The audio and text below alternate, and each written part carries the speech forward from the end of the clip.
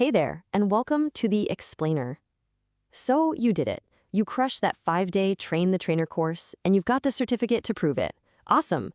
But what now? What's that final step to really launch your career?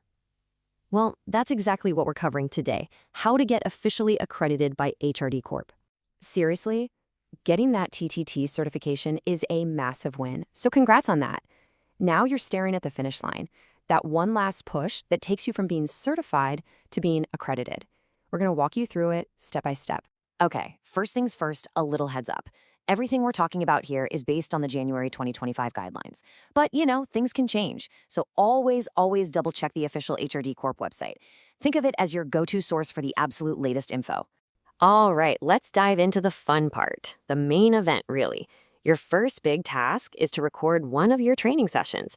This is your stage. It's your chance to show the assessors everything you learned and just how amazing you are as a trainer. So let's talk about the rules for this recording. You gotta have at least 2 people in your session, and they all need to be over 18.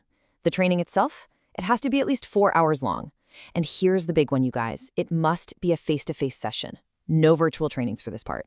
Now, the good news is you don't have to record all 4 hours. Phew, right?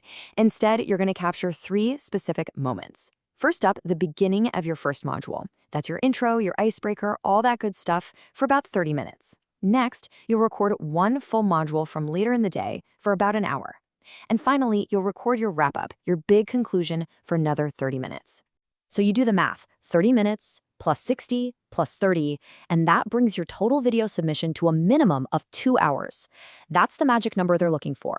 2 full hours of you in action. Okay, tech time. Your video doesn't have to be a blockbuster movie, but it does need to be clear. We're talking at least 480p resolution. But what's even more important is the audio. It has to be crystal clear. Trust me, a simple wireless mic is your best friend here. Plop your camera at the back of the room so it can see you, your slides, and most of your audience. Then just upload it somewhere like YouTube or Google Drive and submit the shareable link. Easy. All right, your video is done and uploaded. High five. Now we move on to the next phase, getting all your paperwork in order and handling the payment. So what exactly do you need to pull together besides that video link? Let's run through the checklist so you have everything ready to go. You'll need the core documents from your training session. That's your course outline, your session plan, and your presentation slides. Then, and this is important, you only need to submit one of the following 3 things, either the attendance form, the feedback forms, or an official letter from the company.